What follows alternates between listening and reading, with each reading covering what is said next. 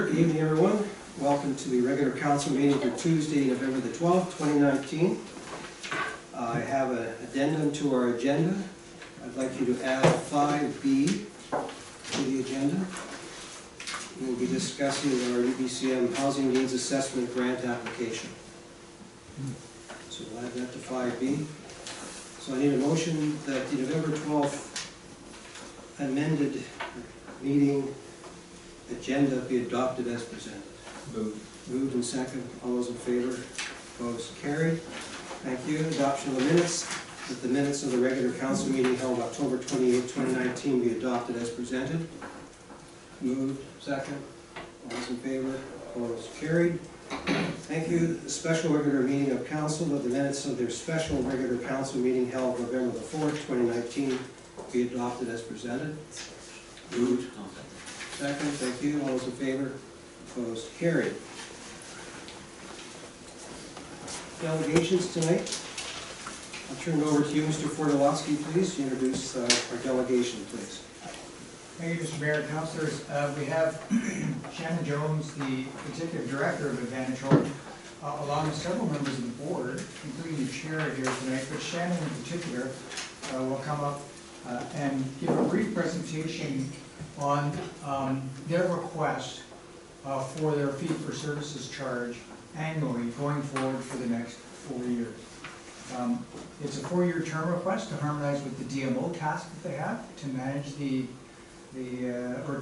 destination marketing organization that they have to with the provincial government. And you will see a request that results in an increase in fees. So Shannon will be here to explain the changes, add some justification, and following this, when we go into reports, obviously you've got my report that covers this request as well, and then hopefully you as a council will take a decision allowing them to move on and plan for next year accordingly. So if I can ask Shannon to come up and... Thank you. Welcome, Shannon. Thank you. Thanks for having me. We'd like to thank you for taking the time to discuss the fee-for-service renewal between Advantage Hope, the board, and the District of Hope, the member. Tonight I'm here to represent the Board of Advantage Hope, and as we're all aware, the fee-for-service agreement between the board and the member, which was signed November 29th, 2017, is due to expire December 31st of this year. So there are two key points that the board would like to address, as well as a few important additional stats at the end. First, the Board of Advantage Hope would like to request that the District of Hope increase their annual funding from $250,000 a year to $320,000 a year. The Hope Business and Development Society was formed in 2009 and later rebranded in 2011 as Advantage Hope. In 2014, Advantage Hope became the contractor of the operation of the Visitor Center and Museum, and in that time, Advantage Hope has maintained annual operations and fulfilled their fee-for-service deliverables every year without a single increase in funding since 2009. Advantage Hope has consistently elevated our ability to leverage funds year after year to achieve the following ratios for economic development and tourism in Hope. So going back over the past 5 years, for every dollar that Advantage Hope was funded by the member, they have leveraged that funding through partnerships, grant funding, stakeholders, etc., and turned every dollar into $1.47 in 2014, $1.98 in 2015, $2.28 in 2016, and in 2017-2018, those funds were leveraged to complete the Rural Dividend Grant. As a result of these projects, Hope has created a reputation as a valuable and desired area for potential businesses and residents. We've become a highly sought-after region to host large sporting events, for example, the Ride to Conquer Cancer. There's been a steady increase of tourism visitor center stats, and it has also allowed us to become a designated destination marketing organization and a collector of the municipal and regional district tax, to name a few. The board is currently operating at a much larger scale than in 2009 when the Hope Business and Development Society was formed, while still employing minimal staff. To give you an overview of the capacity of which the board, staff, and contractors are currently working to complete the annual work plan, in 2015, volunteer efforts were approximately 400 plus hours that year, and in 2018, they reached more than 3,000 hours of volunteer time to complete the tasks at hand due to the inability to pay for additional hours, as well as the inability to hire additional staff due to the lack of funding. As of 2019, in addition to the work plan, Advantage Hope has been approved and are now implementing the provincial nominee program in Hope, as well as collecting MRDTs and managing the newly formed Tourism Advisory Committee. Advantage Hope has grown from a board of directors with 11 available seats to overseeing operations of the Hope Cascades and Canyons Visitor Center, as well as managing an additional Tourism Advisory Committee which hosts 13 members. Throughout the past 10 years, the Volunteer Board of Advantage Hope has consistently increased the scope of work as well as the expected deliverables in the annual work plan. The ability to do so is a direct result of the success that has been achieved year after year. To date, the annual work plan has been implemented with only one management role in place, being that of the Executive Director. This individual has led both economic development as well as tourism. Advantage Hope would like to see this change. Though successful in past initiatives, the board strongly recommends that there be two individuals in place. First, continue with an Executive Director role, but designating that individual as the Executive Director of Hope Cascades and Canyons. This employee would manage the Hope Cascades and Canyons tourism region, our tourism marketing initiatives, oversee and provide guidance to the Tourism Advisory Committee, continue to be the face of the organization and the region, oversee visitor center services, manage large community events, as well as continue to provide support and communication towards staff and directors of the board. Now that Advantage Hope is a legal entity for collecting the municipal and regional district tax, with that comes great responsibility to follow through with our 5-year strategy, as well as our 1-year tactical plan as promised by Advantage Hope to the province of British Columbia. This in itself is a full-time commitment. In addition to the Executive Director role, the board would like to hire an individual who will hold the role as the Economic Development Officer, the EDO of Advantage Hope. This will provide an opportunity to have an employee on staff that specializes in economic development and can focus solely on our 5-year economic development strategy. This position would be a boots-on-the-ground employee, someone who is actively seeking economic development opportunities. With the capacity of which we are currently operating with tourism alone, the board does not feel that there is the ability in terms of staff time to give economic development the dedication that it deserves. There needs to be an individual in place that has an extensive experience and background in economic development who can lead the current strategic priorities of council. With this position, the board needs to be able to offer a competitive wage that will provide Advantage Hope with an individual who is well educated and experienced with the goals which have been set by council. Through a survey that was done by the BC Economic Development Association, it was found that the average wage for an economic development officer in BC in 2017 was $83,700. To date, Advantage Hope at this time is only able to offer a wage that is 19.5% less than an industry standard, and that is to manage both economic development as well as tourism.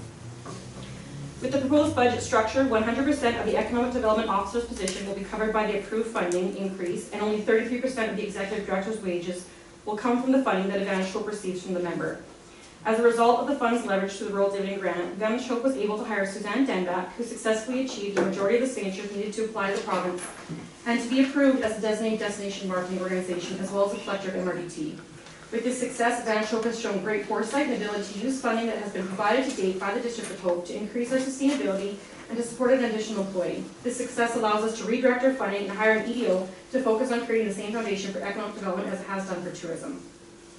Finally, at the end of any given year throughout our fee-for-service term, if there is a surplus of $5,000 or more, this will be brought forward to the member and thus council to decide how those funds will be managed. Second, the Board of Advantage Hope would like to request that the fee-for-service term be extended to a 4-year term. Currently, we are working within a 5-year economic development strategy, which will end in 2021. This means we'll be providing a new strategy for 2020, as well as following the guidelines of our 5-year strategic business plan, tourism business plan, excuse me. And Advantage Hope's proposed 4-year term fee will service renewal as well as both of our 5-year strategies align almost perfectly, which gives the District of Hope an opportunity to hold the board accountable and review the outcome of both of these strategies as a whole at the time of our next renewal for fee-for-service. This also makes it easier to create our annual work plans, our annual budget, and 5-year strategies if all are aligned. I'd just like to close quickly with a quick review of where Advantage Hope stands in regards to managing the Hope Cascades and Canyons Visitor Center. Here comes the data, it's fun. Again, I'm going to use our 2014 Visitor Center stats as a base for comparison. So in 2014, the Visitor Center saw 37,540 visitors through the doors and greeted or interacted with 269 roaming visitors. In 2015, we saw an increase of 1.6% at the Visitor Center and a 19% increase in roaming visitors over 2014. In 2016, we saw an increase of 16.9% of visitors through the doors and 3,170% increase in roaming visitors over 2015. In 2017, we saw a 7.15% increase in Visitor Center interactions and an increase of 46.61% of roaming visitors above and beyond 2016. In 2018, we did see an increase due to wildfires. This was a very bad year for air quality in BC, and in 2018, we did decrease the Visitor Center by 17% and roaming by 68%. Sending summer students out at that time was not something we were willing to risk at that point. So in 2019, I'm going to share with you from January 1st to October 31st of this year. In terms of the Visitor Center this year, we have seen 53,821 at the Visitor Center and 22,158 roaming visitors. This is an increase of 32% at the VC over last year and an increase of 341% roaming over the previous year. So overall, that's 43% increase in visitors on site from 2014 to 2019, and an increase of 8,137% of an increase in roaming visitors. And we are also up 3,305% in buses that stop at the visitor center. Those numbers are hard to ignore, and given the conditions that myself and the visitor center staff are working in, I do want for a quick second to point out that without a museum in operating condition, we are working out of a brick coach trailer that houses the visitor center and our Advantage Hope office. We are still managing to not only complete our annual work plans, but consistently increase our leverage funds on an annual basis, increase our visitor center stats, and clearly attract new visitors to the area. And we've also managed, just to give you an idea, in the 2 years that we've been in that trailer, we have welcomed 94,312 people through that trailer in a 2-year term. So in conclusion, I'd like to say that we've created an amazing foundation in terms of tourism in our region and continue to do so daily. And we've reached great milestones this year, becoming a designated destination marketing organization. But from my experience in the executive director role, though we've seen some great success in economic development, I strongly recommend that the board needs to put more strength behind a position that focuses solely on economic development mandate. I have heard councillors, such as Councillor Erickson, say many times that, and I stand behind his recommendation, that we need to hire an individual with an extensive economic development background, someone who has an education experience and Advantage Hope needs. But with that being said, we also need the funding that the board is available for the board to offer a competitive wage to do so. Is that enough information for you? Very fast. I know, sorry, I know. I'm glad we had the report ahead of time. Yes, I I am. appreciate that, Shannon. Thank you very much. Questions, council? I just have one question. You said a 4-year term, but our report says 5-year term. The original report did say 5-year, but we were proposing a 4-year term because it aligns with our MRDT, goes from 2019 to 2023, and then our 5-year strategic economic development plan will be 1 year off of the 4-year terms for both. Yes. Let's say that. Councillor John. I know in the previous workshops, and I think even the previous council meeting, you mentioned that you don't, like, headhunting's not your guys' thing. Like, to go and actually get people to come in here. Now, this EDO guy, we are paying him $85,000 a year. Is that something he's gonna do? That's his sole purpose with Because PG. there's amenities, I mean, I do see the positive behind it, but I think that he'd have to, headhunting would have to be his #1. I mean, tourism's great and stuff, but I still think 100% be a focus on the amenities for people that live here and pay taxes in town as well. That's why we would like to see a boots on the ground employee, someone that's out there getting those conversations started, finding out what we need as a community and going out and trying to attract that. Councillor Miller. Thank you. To Councillor Cron's point there, that's certainly something that I think the board has talked about wanting to have happen for years, and not to say that it hasn't. I know, like, when there's been rumors flying around town, like I remember when I was in Bandcam, Freightways was interested in coming to Hope, and that they got turned down at the old Emil Anderson property. Because of that rumor, the inquiry was made, you know, phoning them saying, hey, we hear you're looking for a facility, and at that time it wasn't true and it didn't pan out to be anything, but those kind of things did happen. But it is rather time consuming to try and you know, phone all these people and waiting for contacts to come back to you and those kind of things. But it's definitely one of the tools in the toolbox that an EDO would have for sure. And I think, you know, we've sort of got a community profile now that needs to be updated, and then from that, an EDO could look at the gaps, and, you know, like we've had a conversation before about restaurants, right? Yes. We're looking for those chains or even individual providers that would be interested in coming and investing in Hope and saying, like, our community has told us that we need this, and we'd like to see you make an effort or come invest in Hope, that kind of thing. So I think that's exactly the type of person we need. Yeah. Councillor Smith. When we were 250,000, we had an EDO then? An executive director. Oh, Yes. we didn't have an EDO at all? No, his title was an executive director, but he managed economic development and tourism. Oh, okay, that's what I thought. So that's what we would like to see an EDO come in, who has that economic development background and that education and that experience that can bring what they've implemented in other communities into ours. So on that, in the past, the people that we had in the position, we were hoping would have a background in both tourism and economic development. But clearly, there's only so much capacity there to deal with one of those well. You can't do them both well. You can do them both somewhat well, but you can never exceed or excel in both of those disciplines. So again, that's why I think two people is a necessity here, to have somebody focused on the tourism aspect and somebody else on the economic development. And of course, they're gonna have a relationship with each other because they do go hand in hand. So I think it's how I see it again. Yes, Derek. So I have many questions, but I'm just gonna start out with a question.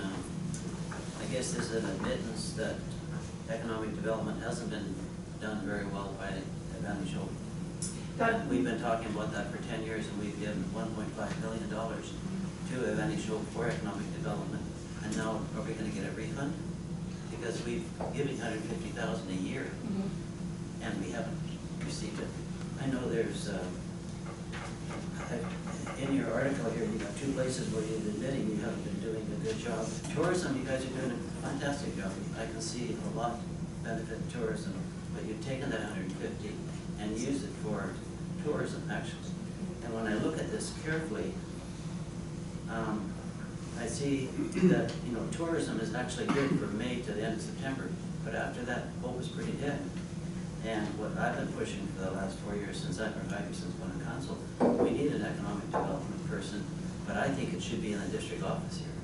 I think it gets mixed up with tourism, and I think we should have it here in this office where he's responsible to council. Right now, he'll be responsible to Advantage Hope, and then we get it all mixed up. I'm not running Advantage Hope down, I'm just saying, I think we do need an economic development officer, and we need it, I think, from the district office. And the reason is, we don't have any way of monitoring what the economic development officer is doing if it's with Advantage Hope. We have no way of saying, what has he done today, or this week, or next month, or what he's done the last year.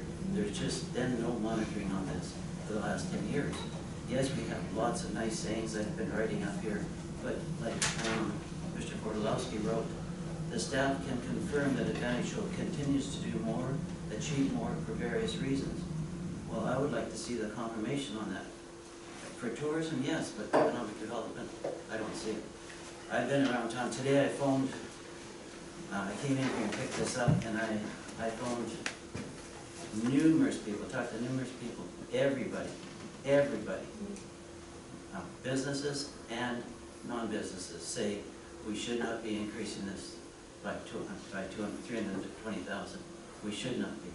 They have not proven themselves the last 10 years on economic development, and we shouldn't be doing this. Another thing, it says here on page 3, economic development officer item line that is listed will be fully funded by the District of Hope. Okay, I understand that, I agree with that. But then it says, talking about the executive director at Cascade Canyons and Tourism, this is due to the fact that a majority of funding for the executive director role will be funded through collection of the municipal regional tax, district tax, and only partially funded by the District of Hope. Well, if you're going to be paying the economic development executive director mostly from that tax, then we should be getting a refund for this, because the District of Hope is only going to be partial. You said 33% if I wrote it down right. Yes. So we're paying 150,000 right now, but majority of this is going for what? You're being paid out of this new taxation that's coming in, unless I'm mixed up. But this is what it says here, and if I understand it right, so you're going to be getting funding through this municipal regional tax, plus you want another 70,000 from the district.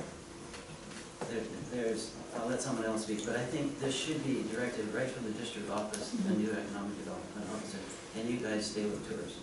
Okay. That's what I said. Do you need to respond at all at this time? I can, yeah. Please do. So what I was focusing on the report was not that they weren't doing a good job. What I'm saying is I agree with you that more focus needs to be put on economic development. At this council meeting, we're trying to adjust the funding, and I understand your point where you'd like to have it in the district. But Advantage Hope has been designated as the economic development agency, and I'm trying to move forward from that. And I understand your experience with past executive directors and board members and whatnot, but I've been in the position since March 15th, and we have almost an entirely new board, almost new contractors, and myself. And I stand behind the need that we do need more focus on economic development. So, for that point, In terms of MRDT, the funding, $50,000 comes from MRDT to fund the executive director role for the proposal. But we also have, with an additional employee, we also have benefits that we have to pay. We're asking for a $5,000 increase for visitor center staff, since they've not seen an increase in terms of funding for that since the start of 2019. And at this point, minimum wage is almost at what they are making.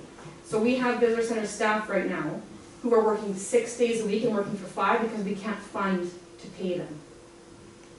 So that's where that increase is coming from. And the increase is not just regarding an economic development officer and an executive director. There's many expenses that come into play. And because of MRDT, we now have additional cooperative bargaining groups that we are buying into. So there's funding in multiple different areas of the budget, and I can share that all with you if you'd like.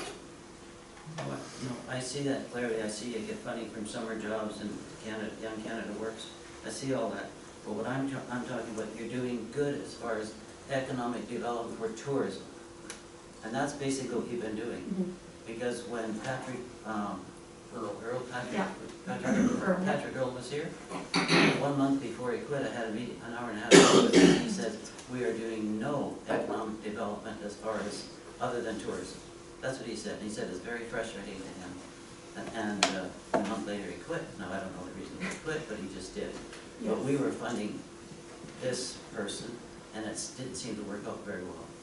And now we're trying to do it again. I think maybe next year come back and ask for an increase to see what you're doing this year. But as far as I'm concerned, I think we should let the economic development officer be out of the district office here. Thank you. Councilor Smith. Okay, couple comments back to Councilor Erickson on this. In the last comment you made about Patrick Earl not doing anything, nothing was being done in economic development and just tourism, that was because at that point in time he came into the mix when the rural dividend fund was at full capacity. So yes, there was none. The full focus was to get the deliverables of the rural dividend completed. So that's why some stuff got put to the side. On the numbers that Shannon's provided to us, if I can give you $1 and you give me $2.28 back, I'll take that all day long. Simple as that. And some of the staff that did not have or some of the people that are in attendance weren't at a Cal. So economic development, you think for just tourism, building in our community is obviously economic development, I would say. So on the last piece, there's $160,000 in building permits extra than what we had previously budgeted for. So I think right there is a number that speaks back to you that economic development is happening in this town, and I believe it's because of what Advantage Hope is doing and saying out there, promoting our community, that we have a great place to live and everything like that. Through the tourism part of it, creates economic development building as well. So I think that for you to not see that part of it, well, I think we're always going to disagree on that, but I think Advantage Hope has brought that to the table and shown that they've proven themselves in that part of it. Regardless of how the market's changed or not, Advantage Hope is a piece of that puzzle. I support on this part of it that Advantage Hope's brought to us because the focus is, especially with this MRDT piece, they finally completed something that was started almost 12 years ago, I believe, to start getting this hotel tax. They completed it.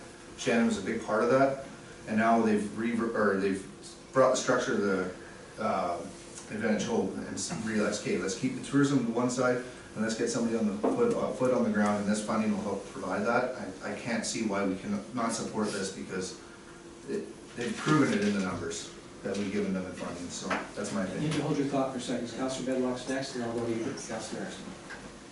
Yes, a couple of points I wanted to bring up was, one, I think we all know that you are in favor of hiring an economic development officer. I remember you making those remarks even at all candidates meetings. You were saying you needed somebody like Patrick, even though he was in the room at the time, that would focus specifically on that. And that's, I think, what this plan lays out to do. On your point about bringing the EDO in-house, we've had that discussion at the council table. We took a look at the current model and proposed plans and different things to change, and this council decided that this is the way to go. So I don't think we can keep bringing that back up. We've already made a decision there, and we need to keep moving forward. So there's lots of reasons why the EDO, the decision was taken to keep them at an arm's length from the district. There's originally the tourism and economic development plan that was commissioned in 2009, That was their recommendation based on large community information. We had that building blocks of economic development course with Dale Wielden, president of the BC Economic Development Association, that the Chamber of Commerce initiated. And his recommendation that was also to keep things the way they are. And you know, he's an expert in this field, so I like to listen to those experts, and I think that since we've already taken that decision, that should be off the table. I think that the best thing to move forward is to provide the extra funding, put the focus where it needs to be. There's so much that goes on in that office. I mean, you've got a volunteer board of more community members that are outside of staff and council that are scrutinizing the work by the Advantage Hope, and they see this as the way forward as well. So it's just, and then plus the Tourism Advisory Committee, there's another 13 members on that committee, which are again, volunteers in the community that are scrutinizing that plan. So there's a lot of oversight into this outside of council, and I think we need to listen to those folks and their recommendations, because they put a lot of time and effort and thought into this as well. Councillor Erickson. So I'm just gonna, I know Council Medlock and the mayor have this as one of their, because they're one of the ones that started it up. They were on the committee that started this in like 2009. I understand that clearly. But I understand that this model has not been actually, it's hard to verify what is being done. And let's talk about the new businesses. I've gone around to every new business in the community that's come to town just recently. And not one of them said it was because of Advantage Hope. I've asked them specifically. They've come because the land is cheaper, or the area, or their kids, whatever, they came for those reasons. Not because Advantage Hope has been out there looking for business. Not one of them, not one of them. And I just went to one, just a tilt-up concrete place on Friday, talked to them, beautiful facility. But it wasn't Advantage Hope because the land was reasonable. And anyway, I'll talk about that later. Another thing is, I don't think in the 10 years that Advantage Hope has been doing economic development, they haven't met their obligation to the district. They haven't. Now, maybe you're on track now, but up till now it hasn't. And we spent $1.5 million. If you give me $1.5 million, I'll show you what I can do in 10 years with $1.5 million. And it won't be, well, what have you done? And I still haven't got an answer from John saying staff can confirm that Advantage Hope continues to do more, achieve more for various reasons. I haven't seen it other than, yes, you guys can apply for grants. You have the opportunity, so can we. We can apply for grants. Yes, we get $2.50 more per dollar if we apply for these grants. But we're giving you guys to do those grant applications, and that's where you get the grants from. And yes, it does benefit. I appreciate that. I'm not running it down, but I'm just saying the District of Hope could do the same thing. We could do it. So anyway, that's it. All right, anyone else, Council? Councillor Smith. Yeah, I know that the visitor center were the 11th busiest in the province, which is very good. You guys have done a great job. We thought, you know, that people want to, and it is part of the thing, the fact that people want to live here, the quality of life and everything else. But right now, it'd be nice to see that you have an info center and a museum, and that's something to work out before, you know, before you have a development officer. Maybe you could wait a year, we could have a home for you to work out of. That little closet you're in is kind of crowded in there. Again, I don't think we can get any more chairs. So, anyway, I just think maybe we're a year ahead of where we should be on that until we got if we got a home for them. That'd be, that's my opinion. Councillor Smith. Just a comment on it. I think the biggest thing, I can appreciate Councillor Erickson's comments on it, is if this goes forward, moving forward, doing the two pieces, I think, especially for taxpayers, they want to see results, as I think is basically what I'm getting down to. They want to know 3 businesses came to town because of Advantage Hope. I think that's the matrix that they want to see. Is that going to happen? Yes, and maybe, but I don't know if there's something that Advantage Hope can do and the district can do to assist on this, to prove the measures of success for Advantage Hope. Come at the business licensing, as the application goes through the business, like new business applications, maybe there's something on there. Moving on with an EDO, was Advantage Hope in contact with you? Did Advantage Hope have any input on this? Maybe that part of it can go towards there. Just, I think for people's sake, that they want to see the matrix that, okay, Advantage Hope brought this many businesses. Like I don't know why. I know I can see why people want to see it that way. Are you going to get every ounce? Like I know I went, when the Royal Bank Cup was here, RBC Cup, I went down with Patrick Earl and I sat in the box with the developer for Starbucks and the one that's doing the Dollarama right now, and he directly said, maybe this is not one of the businesses that Councillor Erickson visited, but he directly said, if it wasn't for Advantage Hope, we wouldn't be coming to Hope to do this. So those measures are a success are hidden in the background. The non-measures keep coming to the surface. So I think the measures of success need to come to the surface. That this is something that we are part of. Doesn't mean it was all you or everything like that, but it's a piece of the pie that helps Advantage Hope for themselves going forward. We talked about this before as well, just to show to the public that, hey, Advantage Hope is working towards this and doing what they can, and being a piece of the puzzle and making those connections back to the district, either via the planning department or wherever. If they're the middle piece on that, then that's game for success on that piece of it. And that's happening. I know it is. Personally, I know it because I go attend the meetings, I see what you guys are doing. People that don't have the information and don't want the information don't go to these things, it seems like. So, same thing with the AGM. The AGM was a long meeting, but the information that was brought out, what Advantage Hope is doing, was amazing. And people that are against Advantage Hope and don't go to those meetings, personally I say I don't think you have a say in it, because you're not listening to the information that they are providing. So, that's my personal opinion. Thank you for your comments, Councillor Erickson. So I'm gonna come back on that. So one person said to me tonight, just before I came here, she said,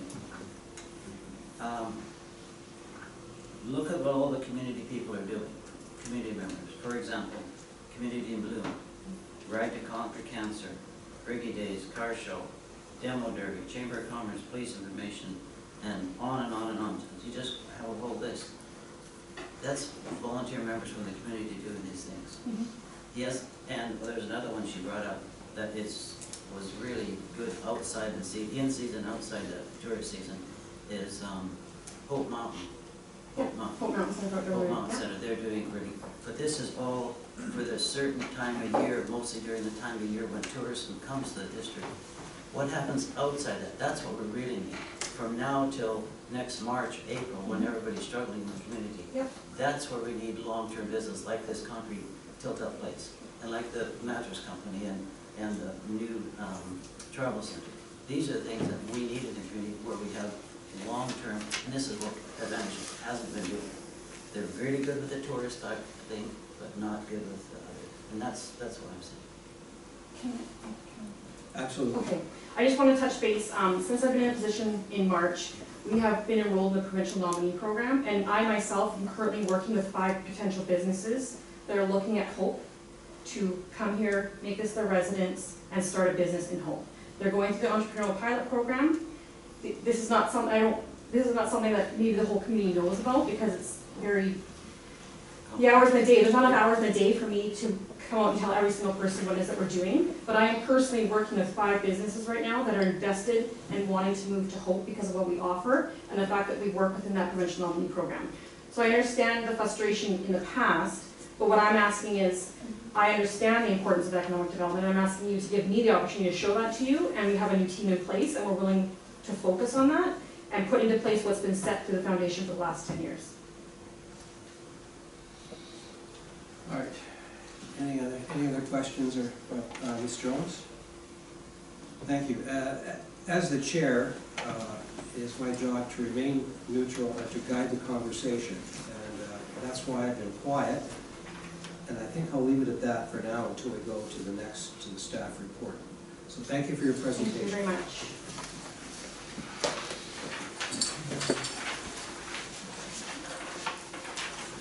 Moving right along, Mr. Fornowski, you're up, please. Thank you, Mr. Mayor, Councilors. You've basically covered the ground in detail as far as their requisition. My report just covers it from a macro perspective, again, noting the increase in the ask of 28% or $70,000 per year for the fee and service. It does, to some extent,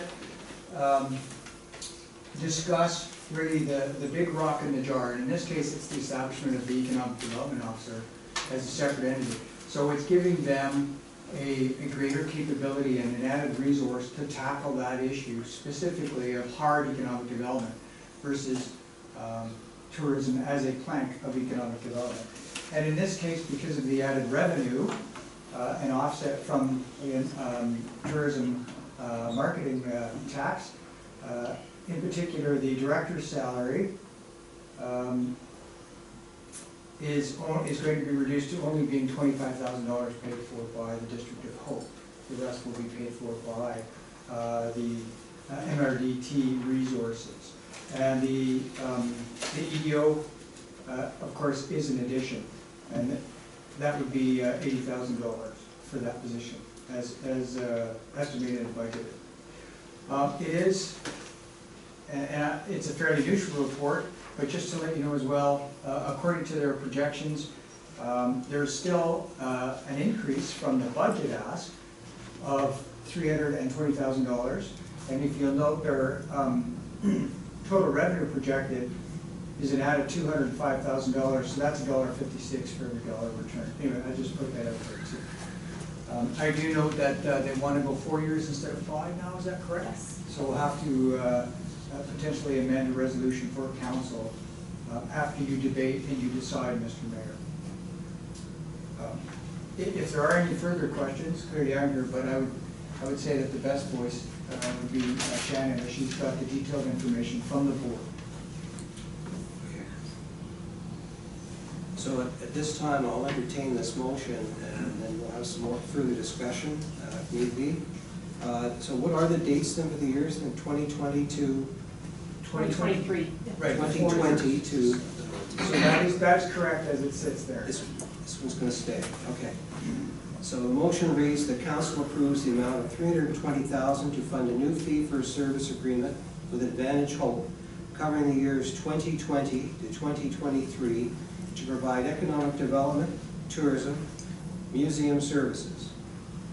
This also aligns with the tourism business strategy and the new DMO requirements, and that the approved amount be included in the District of Hope 2020 to 2024 financial plan.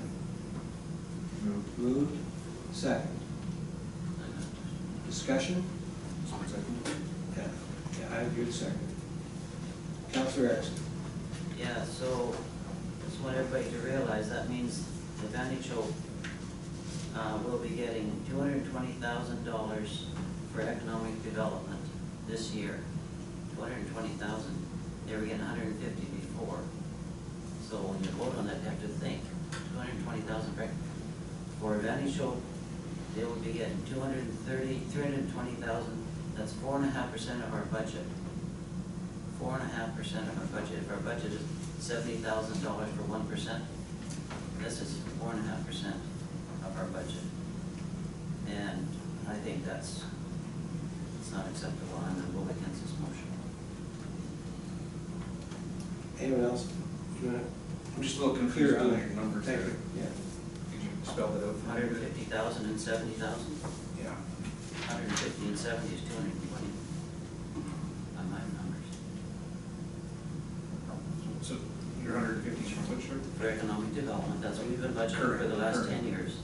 Okay. 100 for tourism, 150 economic development. We've been doing it for the last 10 years. Now this year they want $70,000 more, so you add 70,000 for economic development. That means 220,000 goes for economic development. You can hire a pretty good economic development officer in District of Hope for $80,000 and maybe another $20,000 or $30,000 office, and you can still save a lot of money.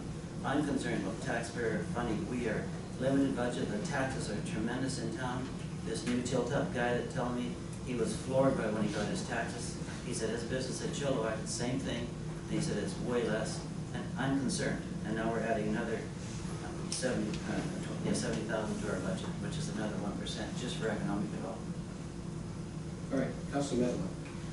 Yeah, thank you for your clarification there.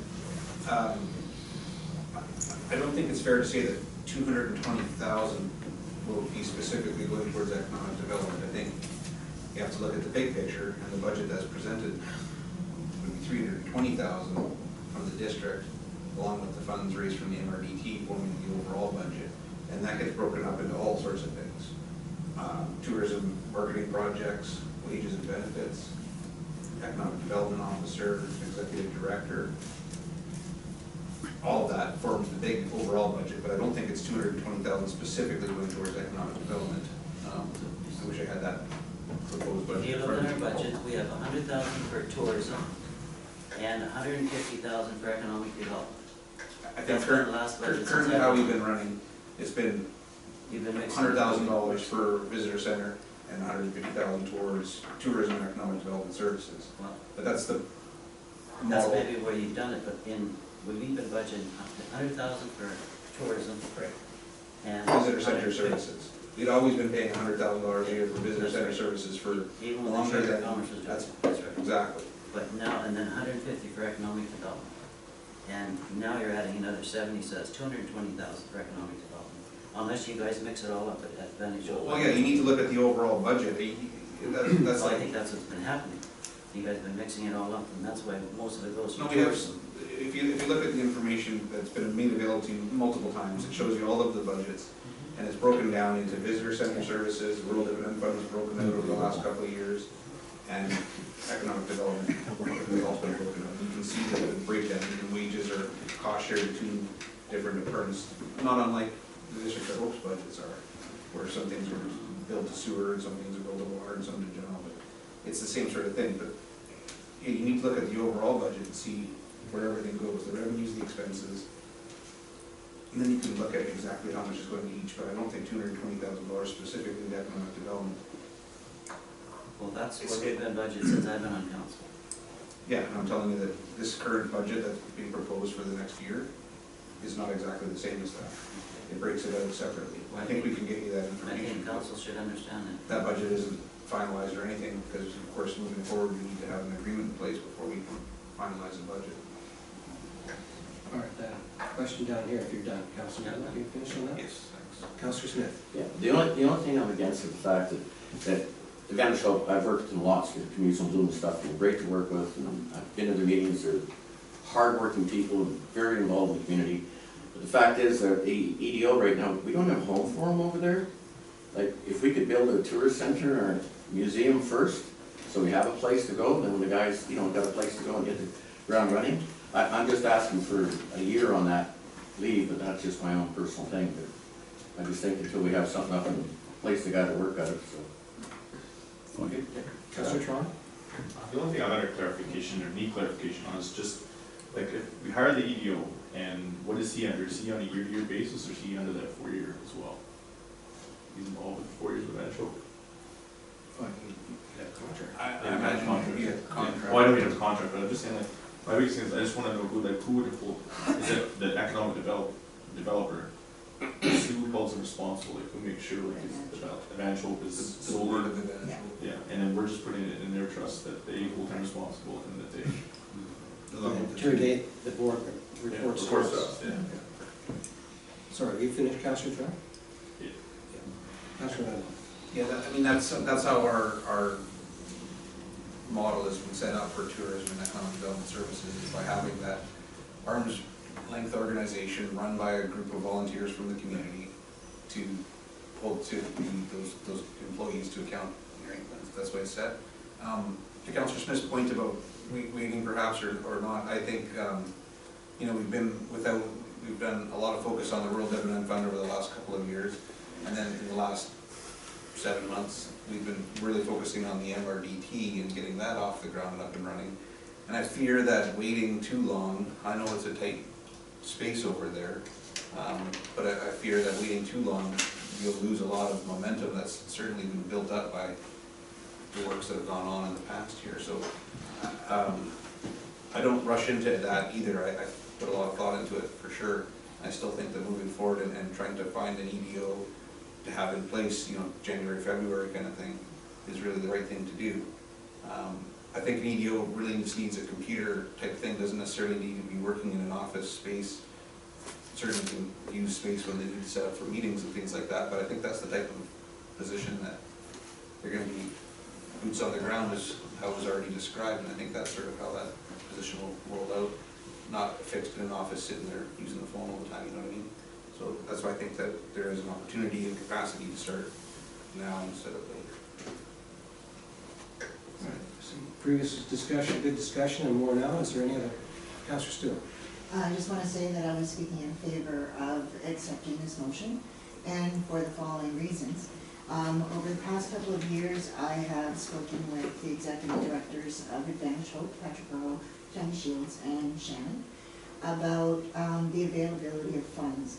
And where I saw some concerns were, you know, Patrick had an opportunity to go to different conferences, but there was no money to pay for him to go. And so it was constantly strained.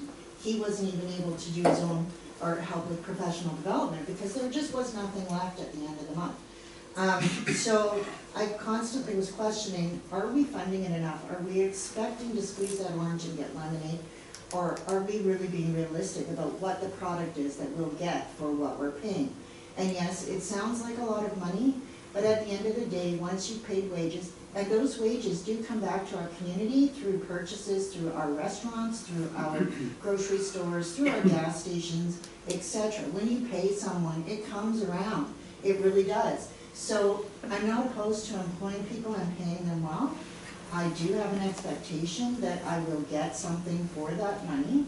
And today I had an opportunity at 3:30 this morning, my apologies to who received my email, but I was thinking, and I had an opportunity to run into someone last week who said, hey, did you know there was a problem with the website and how it connects to Advantage Hope? And I did not know that. And I thought, okay, well, we'll just wait and see what happens. And this morning I checked it out and it didn't connect. It said, oops, this page cannot be found. So to me, that wasn't a message that I wanted to send from our community. So I contacted the executive director, and then I didn't CC, I sent you a separate email, a little bit shorter. And I'll tell you, by 5 o'clock tonight, that button is connected, and it looks really, really good. Not only that button, but other buttons are connected. So I speak in favor of this motion. 4 years, 5 years, 10 years, 3 years. Does it really make a difference because it's based on a service agreement? If that service is not being delivered upon, it is on council to hold that accountable. And I don't know if we've done such a great job of that. I'm on a soapbox right now, but I'm sorry, I am voting in favor of this motion to increase the budget by $70,000. And I believe that moving forward, that the accountability factor will be there. It was proven to me today in a small way, but I see it going forward. So that's my soapbox. Thank you for your comments, Councillor Stewart. Any other comments across the table there? Otherwise, I'm going to call the question. All those in favor? Sorry, I need the hands up. Opposed? I will break the tie. I'm in favor. The motion is passed. Moving on to 5B, the amendment, Like to comment on that? yeah, okay, go ahead. I think the motion, since it's 3-3, I think we should have more discussion on it before we move ahead.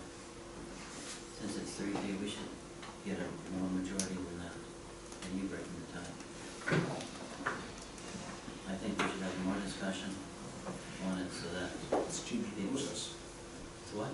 That may change the Yeah, I was gonna say that. That changed the process. That's why I have the 7th vote. Okay? You can bring it up at budget time or another opportunity, or when we get together as a group with them again, you can bring up your concerns. But at this time, the motion has passed. So I move on to 5B, the addendum that we added to the agenda. Over to you, Mr. Fortolowski, please. Thank you, Mr. Mayor, councilors.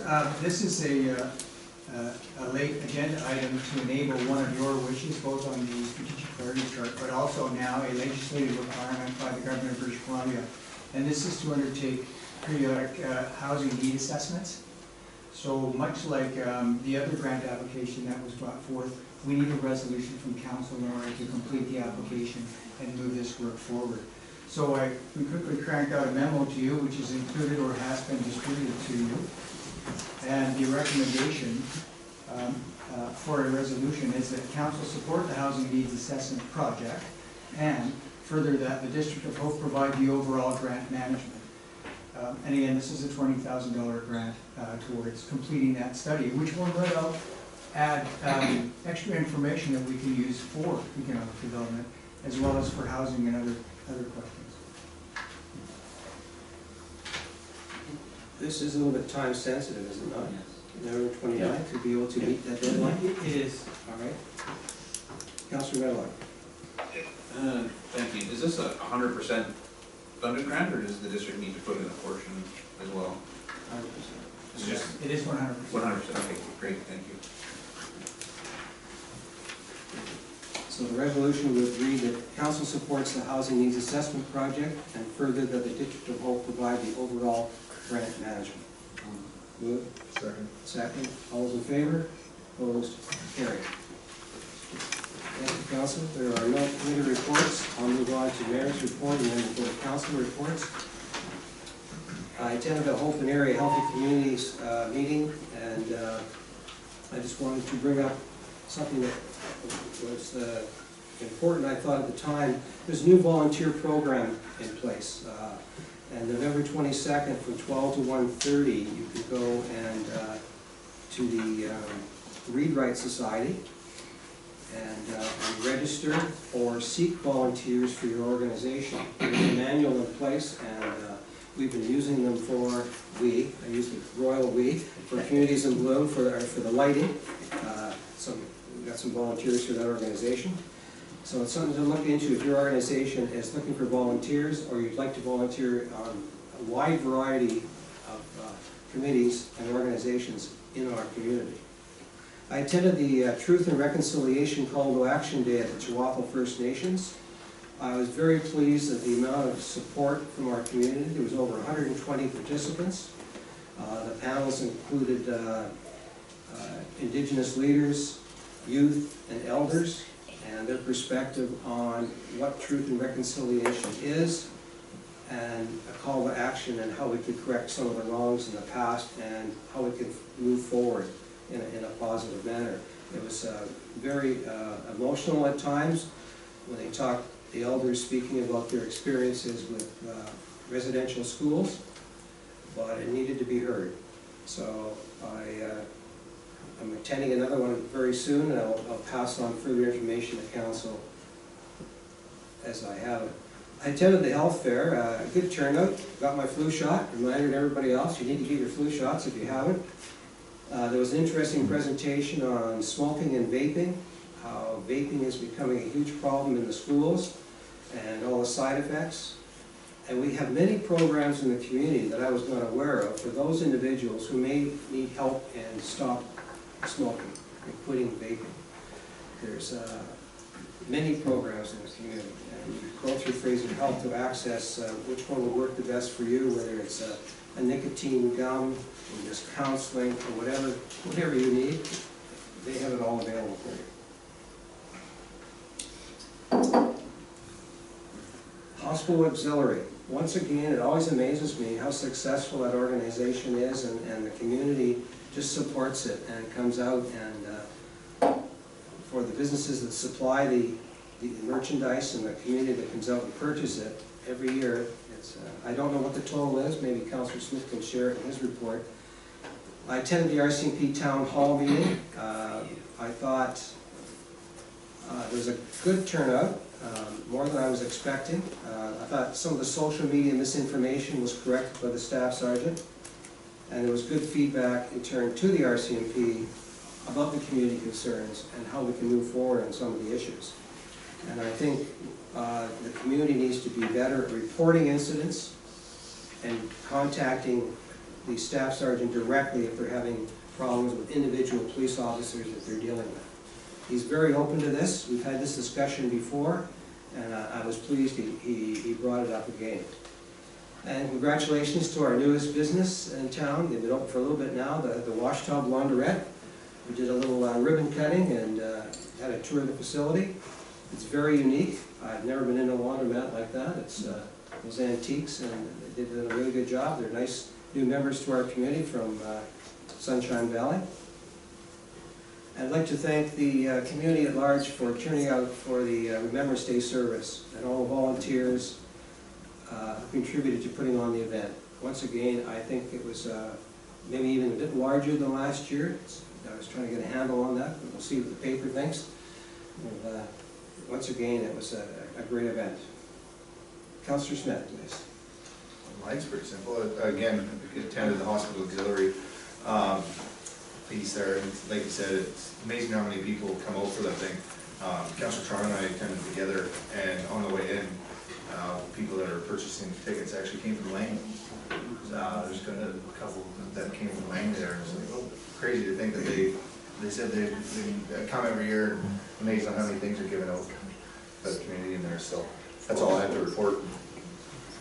Thank you, Councillor Erickson. Sure. Okay, I missed the last two regular council meetings. I was on a mission trip to Kenya, Africa, and 34 of us went, 8 from Canada here, 7 from Chilliwack and myself, and the rest from the States. And we were working on bathroom shower facilities for these girls, girls that have been rescued from genital mutilation. It's a very, very sad, sad thing. When I heard about this mission trip, I decided to go because I just thought it would be, I could help. When I got there, it was the saddest thing. When I phoned my wife 2 days later, I could hardly stop talking to her because I was weeping for the poor girls what they're having to go through and what they're living, the conditions they're living in. So the group ahead of us built 2 big dormitories, all of the block and steel construction. And then we built the 2 bathroom facilities tied to it. These girls are locked in at 6 o'clock at night when it gets dark, and they're not opened up until 6 in the morning when it gets light because of the fear of the parents coming, the dads coming to get them. These girls are married off at 6 to 8 years old, 10 years old, and prior to that they've had this surgical procedure done. And a lot of them have run away. When we were there, a girl, 14 years old, ran for 4 days to come to the facility because her sister had just had this operation done and she had died and she was next on the list. So it was really, really rewarding for us to see that now they can at least go to the bathroom during the night because it's attached to the dormitories.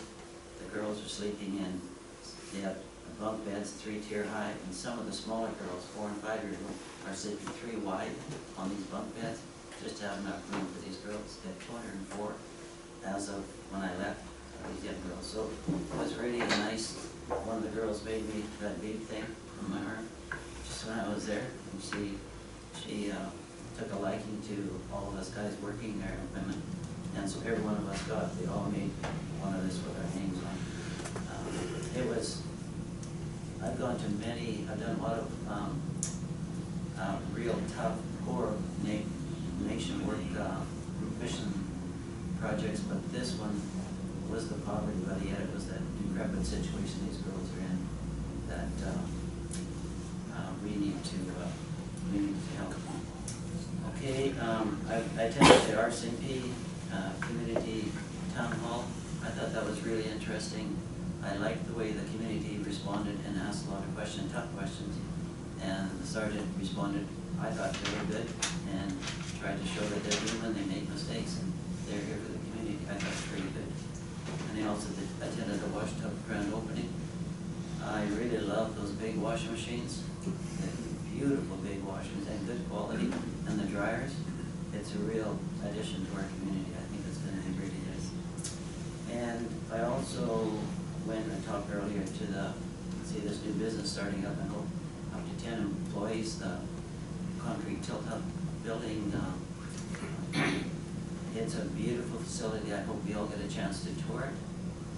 And they couldn't say enough about the District of Hope and how Jazz has helped them through all the turmoils they've had to go through. But they did say the District of Hope should be doing something for the water system in Silver Creek. We should be pushing that water system because all the people that have developed the travel center across had huge costs putting the sewer and water in, and they had to put their own water system in, and then their fire system. They said the district has to do something to try and ease the costs on these developers. And he did say everything is great except the taxes. He said when we got our tax notice, it was really quite shocking. And he said, I hope you guys can do something about our taxes here. I don't know what it is, but he said it came in a huge number, but he said we should look at it to see. Another thing, we talked about this a while back. I came home one night late, and I counted about 12 lights on the Main Street of Hope. And the little fancy lights, the overhead lights. We should do something about that. It's really dark, especially in this area. Coming in where the red light is. I think we should do something with that, get some electricians out or get the staff to change the bulbs, especially on those little fancy lights. Anyway, that's all my report. Thank you, Councilor. I'm glad you had a successful trip to Africa. It sounded very interesting. Councilor Medlock. Yeah, thanks. A little bit of repetition, but it definitely, I attended the auxiliary auction. I do like that event every year. I always bid on the same sort of items, but it's good to see all those people that show up there. Remembrance Day ceremonies yesterday were very well attended, you know, probably partially due to good weather, but it's always nice to see the community come out and support the veterans, and then over to the Legion after for some auxiliary. And yeah, it was a good day yesterday. I also went to the RCMP town hall meeting, and I just appreciate that the RCMP put that together, I guess in response to their meeting they had at the Blue Moose a month or so before. You know, obviously the long and the short of it was that crime is up. They had some explanation as to why some of it was up based on some recent break and enters and things like that, where they explained their frustrations where they had like one particular individual, or maybe it was two, that were responsible for 13 D&Es, but they couldn't get enough evidence for Crown to submit on 11 of those 13, so only 2 charges are being laid along with some other charges. But that's the sad part, and I think that we'll need to realize that the justice system that the RCMP are forced to work within, and how frustrating that can be for those officers. But I know that they do have a full complement of staff right now. He said they have 18 bodies in the positions to fill, and that's good to hear that. I also appreciated there was the 2 Inspector Massey was there, and I can't remember the other fellow's name. Do you remember? Steve?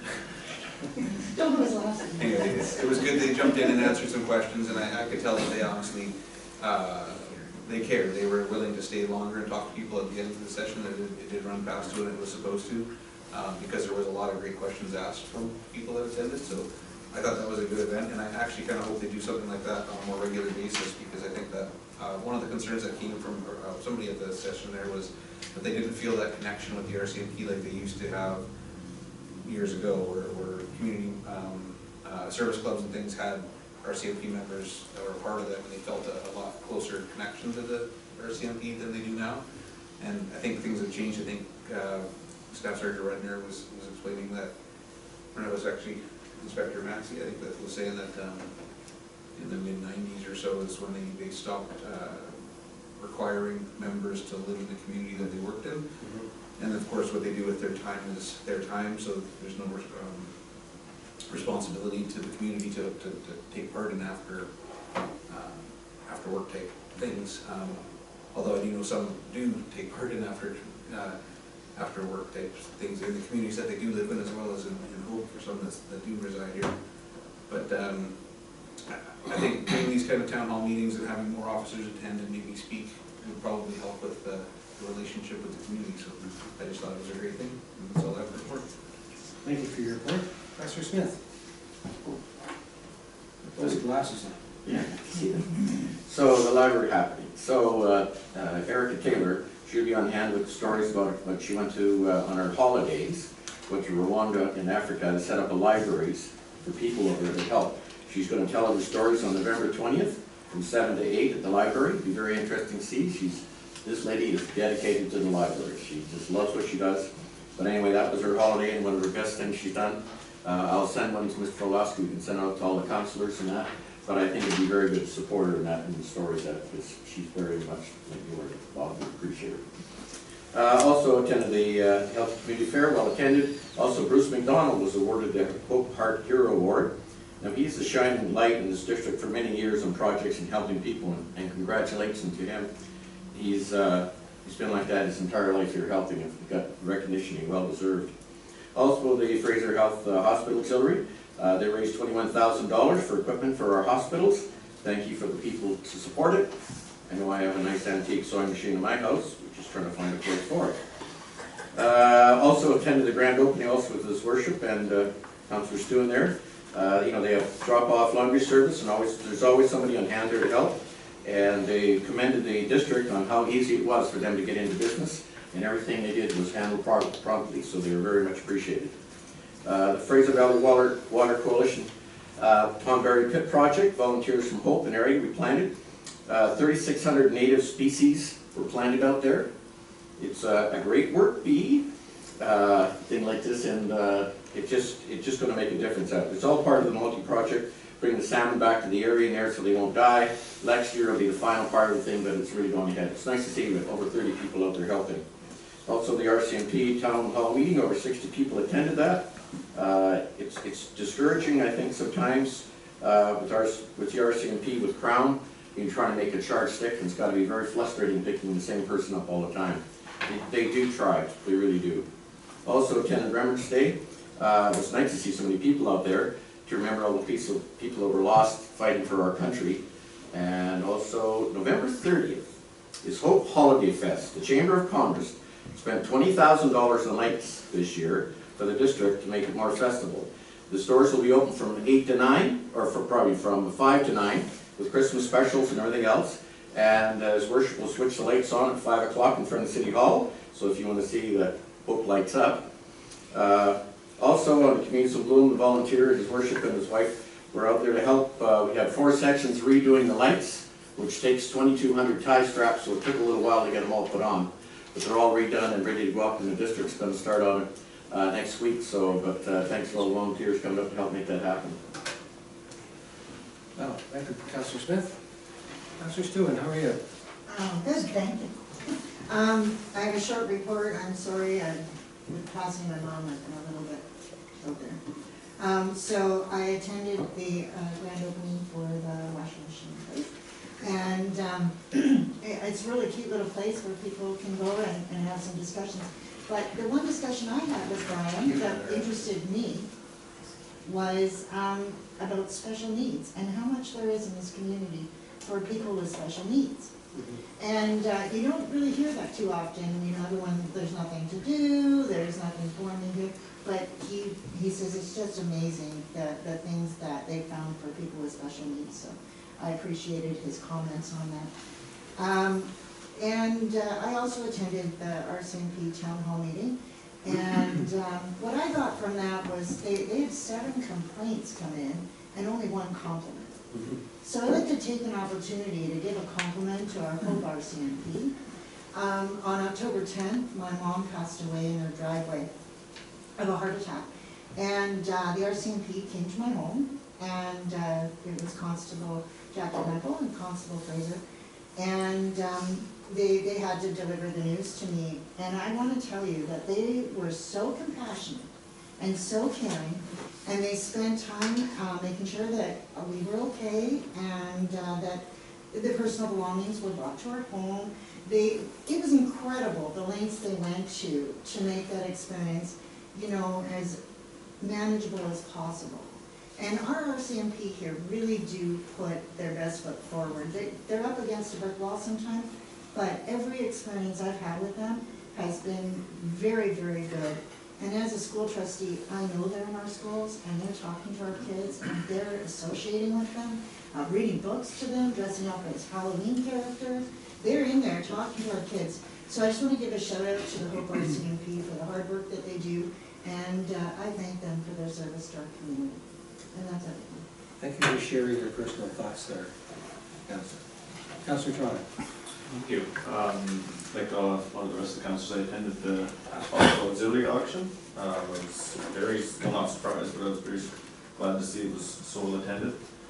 So many community members and local businesses donated such great prizes that went on to the way to earn $20,000. Or 21,000? 21,000, yeah. And I'm glad I was able to donate as well, because many items I was bidding on, I didn't win a single one, so I was able to get some of my money across that way anyways. I tried to give the rest of it up, they wouldn't let me. I also attended the RCMP town hall meeting for a bit. And then yesterday I had the ability to attend the cenotaph and the Remembrance Day ceremonies downtown. And yeah, I agree, it was the most attended one to date that I've been to. The weather's probably had a lot to do with that. And just want to thank all the volunteers that were involved on the event, because I've heard from even in past years, I've had friends and family in town that have attended with me, that it's one of the better ones that attended, so to all volunteers, keep up the good work. That's it. Thank you, Councilor Toronto. Moving on to permits and bylaws. Mr. Forlosky, Thank you, please. Mr. Mayor. The first one, item, 8A, relates to the third reading of a road closure bylaw. It is along the east side of Yale Road in Silver Creek. You've read the matter the first and second time already, and this is a good news piece of legislation as it relates to a development initiative down in that way. Yes, thank you. So the motion reads that highway closure and removal of highway along a portion of Yale Road bylaw number 1459, 2019 be read a third time this 12th day of November, 2019. Moved. Second? Yes. I'm just curious, have there been any community concerns brought to our attention on this matter? Mr. Mayor, none that I'm aware of, None have come to me. and they do tend to come very easily. And quickly. So, Thank you. I'll call the question. All those in favor? Opposed and carried. Thank you. The next one.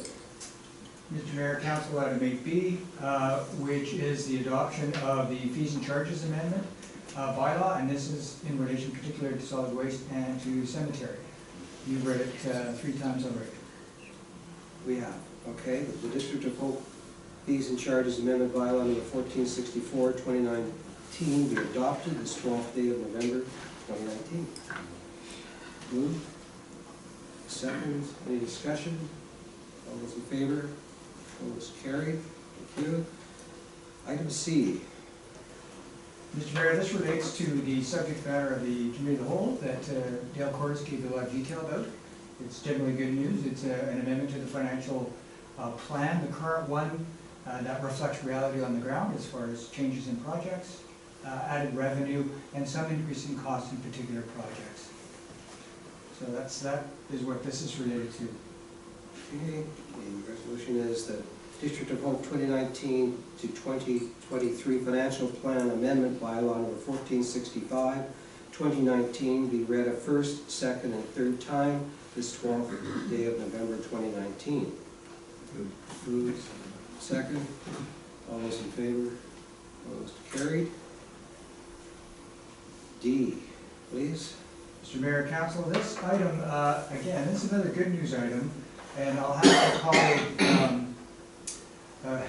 John Bellingham, speak to this in a sec. It relates to the IMBL, the Intermunicipal Business License Program. I started work on this before Donna got here in 2012, 2013. It's an expanded program that allows businesses to buy a license in a particular locale, yet be able to operate in other neighboring or adjoining municipalities. So I'll ask Donna now to speak to this in particular, and staff believe it's a good initiative. Yeah, so as the CAO indicated, this is primarily for contractor type businesses.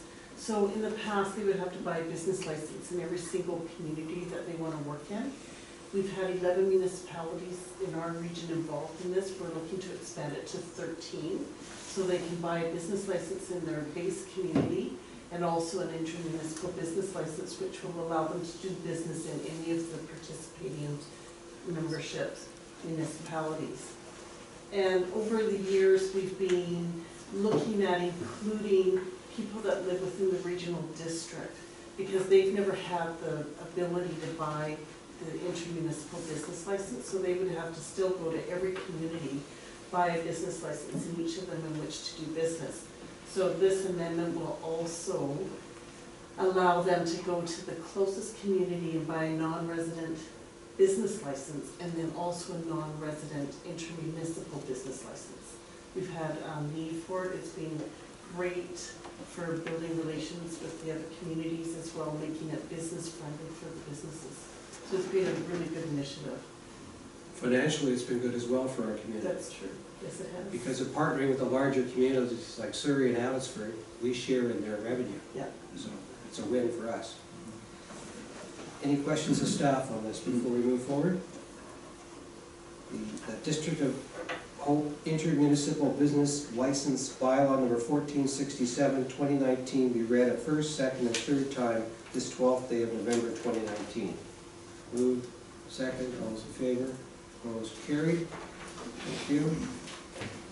Correspondence, that the accounts payable check listing is here.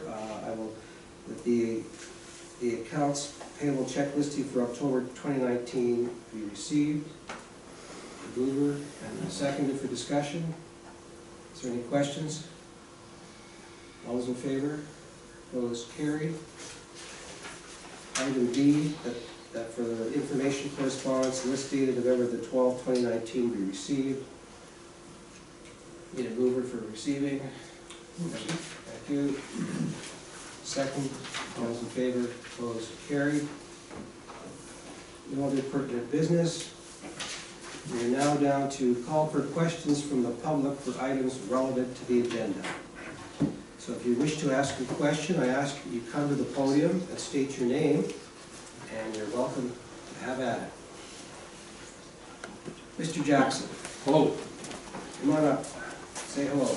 Hello, my name's Ron Jackson, and I'm concerned with our solid waste problem. I've got a big container ready to recycle. I wash out my all my hard cheese containers, all my containers. My cans, my bottles are all washed out. Last time I watched the garbage truck come take it, he just seemed to jam it all right in the same compartment. We got a problem with garbage. It's every community's got a problem with garbage going on and disposal of different waste, including our sewage waste.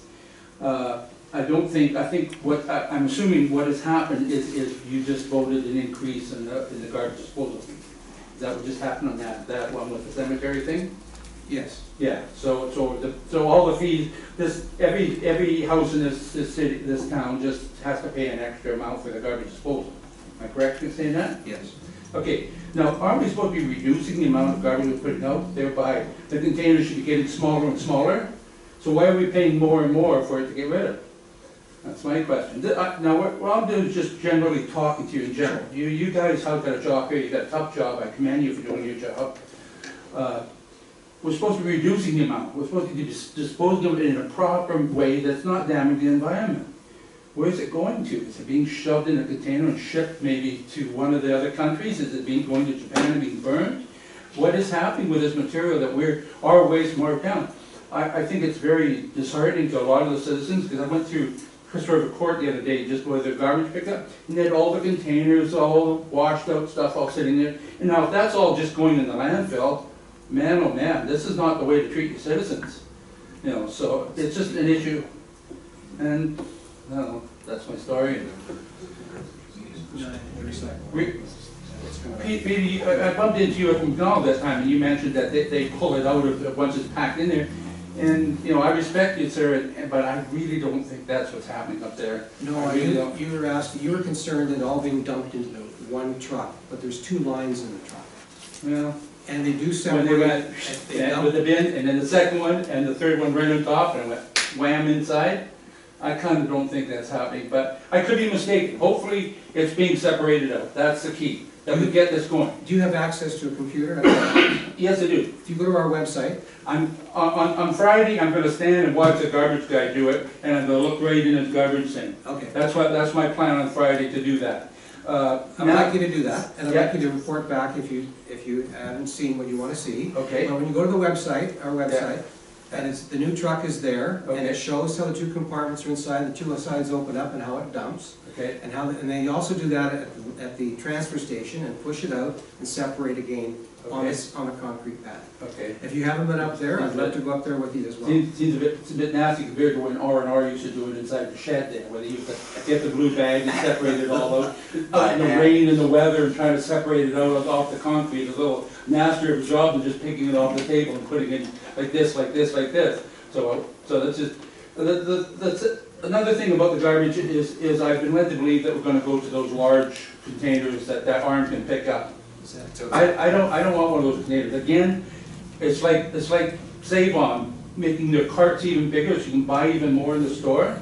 So we're making a bigger garbage can to be with more garbage in that container. We're not going in the right direction here with this waste disposal. But you're gonna get less pickups because you have a larger container, so we're, I'm an elderly person, my knee is gone, my hip is gone, I cannot wheel that thing out to the roadway.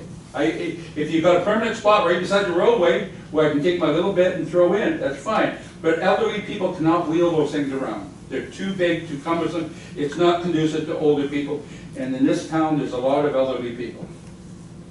So it's just, I'm just spitballing with you guys right now, just something for you guys to think about and discuss. I'm involved with it even more. The biogas generator systems are coming online more and more, where we can take our lawn cuttings, our sawdust, our wood chips, our branches, and process them in and take a gas off them, which can actually run engines and motors and cars and vehicles. That's the process I'm looking forward to. The second is disposing of it in a better manner. Thank you, guys. appreciate your comments. Thank you. Well, we're all in it together. We are, and you always have good comments every time I see you on the street. Thank you, Peter. I appreciate your input.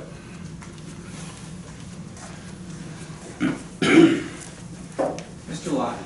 Mr. Mayor, councilors, staff, it's been a while since I've been in council meeting, but I do try to keep abreast of things by reading the minutes. This concerns the agenda or the minutes of the 28th, I believe, and the special meeting of 4th. I was happy to see that the station house has been offered, or the town's been offered, a sum of money to take care of the station house. So the question to the council is, could you explain how that happened? Because it's really the first time we've ever seen anything like it. And other than that short little blurb on the minutes, haven't heard a thing. And the second item I've got as a statement, I'm really disheartened to hear about the budget addition to Advantage Hope. It's an unproven, unaccountable amount of money that we've spent to date. But anyway, I'd like to get some more information on the station house. Okay. Mr. Fortolotsky, how much can I speak to, or? If I can preface your comments potentially, the station house dealings resulted in legal action. We filed a claim which was public. So we then were negotiating, all of it in camera, it's private, I mean, nothing, as you do with any legal proceeding. Understood. So as per the declassified resolution, an agreement was reached at that amount of money to settle out our claim against the provincial government. And now, from staff's point of view, now that clears the deck for council now to approach the issue of the tourism center, museum site, and the future of that particular site. Okay, it's So clear as mud. it's some of it's under the veil clearly of legal processes, and we cannot lift the veil of that. So we lifted the veil of what we could do, which was the result of the agreement, and the agreement was declassified. Fair enough, I get that, but the $650,000, I sort of read into that was for the disposal or removal of the building on that site, is that? No, that was a settlement for the agreement that they broke, the province broke, Okay. with the on council at the land time. use. Right. On the land use. So, yeah, the council, or, we still own the station house. Right. The province still owns the property. Got it. The $650,000 was a settlement, where they're not following through in their agreement. Okay. It was a legal action taken, and we won. So we're still on for the station house being developed in situ? No, not necessarily. Okay, No. good. There's lots of options on the table. Fair enough. Thanks very much. Anyone else like to speak tonight? The notice of our next meeting is Monday, November 25th, the same place, right here. Motion to adjourn. Second, all those in favor?